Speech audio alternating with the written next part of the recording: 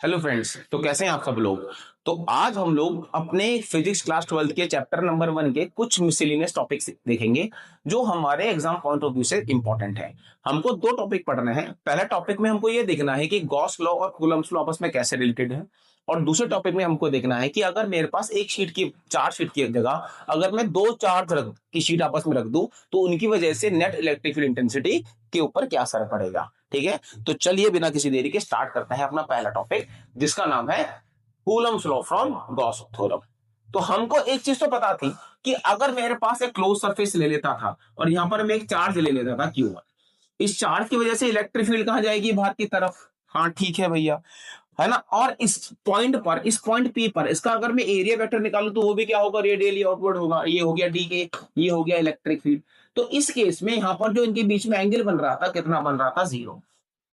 और इसके लिए हमारे पास गॉस साहब ने कहा था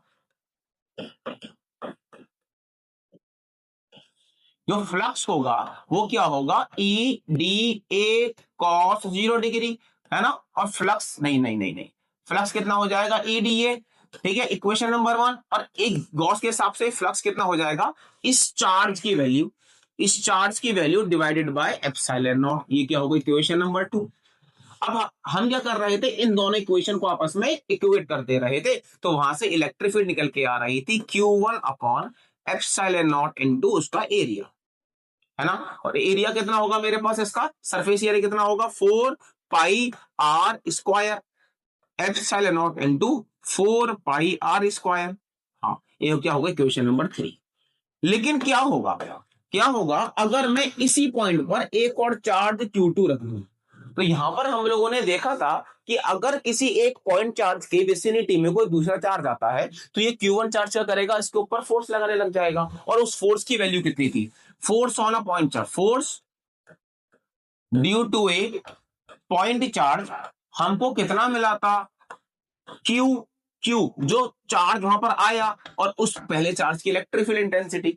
और पहले चार्ज की इलेक्ट्रिक फील्ड इंटेंसिटी कितनी निकाली हम लोगों ने, बताओ जरा, Q2 into Q1 upon 4 pi epsilon not, 4 pi epsilon not into r square. और 1/4 पाई एप्सिलॉन नॉट किसकी वैल्यू हो जाती है, के की, के Q1 Q2 upon r square. तो ये किसका फॉर्मूला है मेरे पास, Coulomb's law between two point charges का। तो यानी हमको इससे ये पता चला कि जो गॉस थ्योरम होती है वो किसके साथ काम करती है, कूलम्स लॉ के। तो कहीं कहीं आपको ये लिखा मिल जाए कि Gauss law is in accordance with Coulomb's law, yes और नो। तो आपको हमेशा क्या करना पड़ेगा, इसको टिक करना पड़ेगा कि गॉस लॉ और कूलम्स लॉ आपस में एक दूसरे के साथ ही काम करते हैं। ये हमारी पहली क्या थी, एक छोटा सा एप्लीकेशन थी। अब हम लोग सेकंड की तरफ जाएंगे जहां पे हम लोग सीखेंगे कि अगर मेरे पास दो चार्ज शीट में आपस में रख दूं तो उन चार्ज शीट की वजह से इलेक्ट्रिक फील्ड इंटेंसिटी पर कितना असर पड़ेगा। तो सबसे पहले मैं क्या करूंगा, दो सेम चार्ज की शीट आपस में रखने वाला हूं। जैसे मेरे पास क्या था, एक ये शीट रखी मैंने जिसके ऊपर चार्ज है पॉजिटिव, और एक और शीट रखी मैंने जिसके ऊपर भी चार्ज है पॉजिटिव। और मैंने कुछ चीज मानी, मैंने मानी, क्या माना, let two similar charge sheets having surface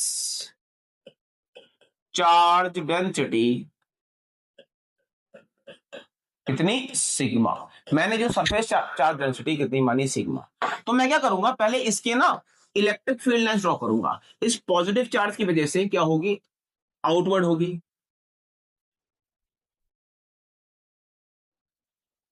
हाँ ठीक है, लेकिन क्या सामने वाला पॉजिटिव चार्ज जो है क्या उसकी वजह से भी आउटवर्ड नहीं होगी, इसकी वजह से भी। ये ऐसे करके नहीं जाएगी, हाँ जाएगी तो सही, ऐसे ही जानी चाहिए।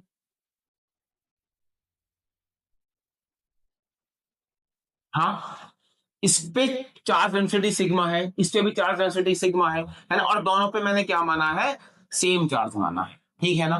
तो आप समझिएगा कि यहां पर रीजन जो मेरे पास है, ये जो रीजन 1 है, यहां पर दो, देखो इलेक्ट्रिक फील्ड लाइंस की डायरेक्शन कैसी है, सेम। तो नेट इलेक्ट्रिक फील्ड हो जाएगी, अभी समझने के लिए, electric field due to Q1 plus electric field due to Q2। Similarly इस वाले रीजन में देखोगे तो यहां पर भी डायरेक्शन कैसी है, सिमिलर है। तो यहां पर भी जो इलेक्ट्रिक फील्ड हो जाएगी वो हो जाएगी electric field due to Q1 plus electric field due to Q2।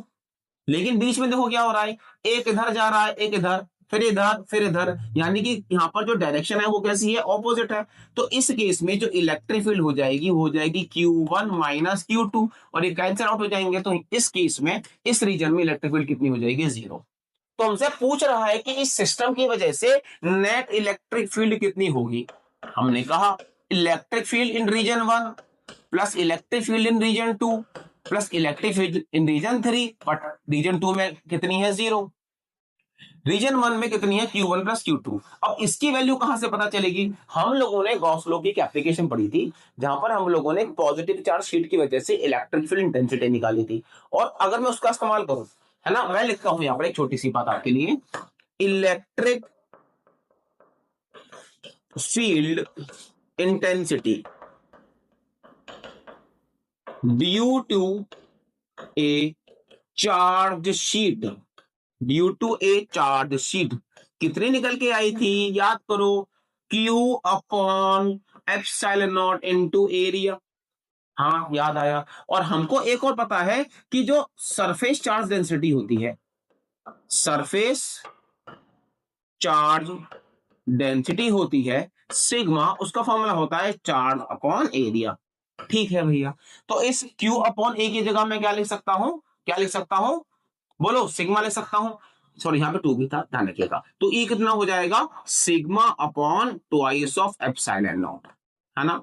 यानी एक चार्ज शीट की वजह से जो इलेक्ट्रिक फील्ड आएगी कितनी आएगी, सिग्मा अपॉन 2 एप्सिलॉन नॉट। तो यहां देखो ये हो जाएगा sigma upon 2 epsilon naught plus sigma upon 2 epsilon naught, add करके कितना हो जाएगा, sigma upon epsilon naught. Similarly यहां पर भी कितना हो जाएगा, sigma upon 2 epsilon naught plus में sigma upon 2 epsilon naught, add करके कितना आएगा, सिग्मा अपॉन एप्सिलॉन नॉट। यानी रीजन 1 की जो मेरे पास इलेक्ट्रिक फील्ड है वो है सिग्मा अपॉन एप्सिलॉन नॉट, और रीजन 3 की कितनी है, सिग्मा अपॉन एप्सिलॉन नॉट। यहां मैं वैल्यू पुट करता हूं वापस कि जो मेरे पास ई नेट है वो कितना आया, sigma upon epsilon naught plus में सिग्मा अपॉन एप्सिलॉन नॉट, दोनों को ऐड करेंगे तो कितना आएगा, जल्दी बताओ, twice of sigma upon epsilon not.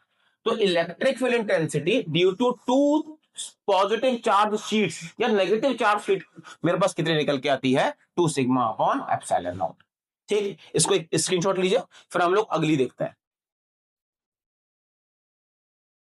ठीक, लिया। अब मैं क्या करता हूं, मैं शीट्स की जो पोलैरिटी है वो क्या कर देता हूं, चेंज कर देता हूं। एक शीट तो लेता हूं मैं पॉजिटिव और एक शीट में लेता हूं नेगेटिव। तो पॉजिटिव की वजह से जो इलेक्ट्रिक फील्ड लाइंस होंगी वो क्या होंगी, आउटवर्ड। अभी सीखा हम लोगों ने।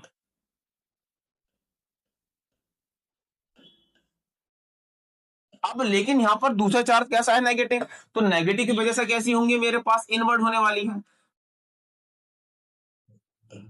हम्म तो अभी मैं अगर इसके तीनों रीजन देखूं तो रीजन नंबर हो गया 1, ये रीजन नंबर हो गया 2, और रीजन नंबर हो गया 3। तो अब देखो यहां पर जो डायरेक्शन है वो इक्वल एंड अपोजिट। तो इसमें जो इलेक्ट्रिक फील्ड कितनी हो जाएगी, 0। यहां पर देखो इस रीजन में भी अभी देखो क्या है, इक्वल एंड अपोजिट डायरेक्शन है। तो रीजन नंबर 3 में भी इलेक्ट्रिक फील्ड कितनी हो जाएगी, 0। बट इस वाले रीजन में जो डायरेक्शन है वो कैसी है, सिमिलर है। तो मेरे पास क्या हो जाएगा, electric field due to Q1 plus electric field due to Q2, इस वाले चार्ज की प्लेट की वजह से कितना हो जाएगा, sigma upon 2 epsilon naught plus sigma upon 2 epsilon naught. तो देखो, है ना, हम मान लेते हैं फिर से कि सिग्मा मेरे पास सरफेस चार्ज डेंसिटी है, फॉर्मूला क्या हो जाता है, Q अपॉन A, और मेरे पास electric field intensity due to a positive या फिर नेगेटिव, कोई भी हो, उससे लेना देना नहीं है, चार्ज शीट कितना निकल के आता है, सिग्मा अपॉन 2 एप्सिलॉन नॉट। तो हमें ई नेट बताओ कितना होगा, electric field in region 1 plus electric field in region 2 plus electric field in region 3।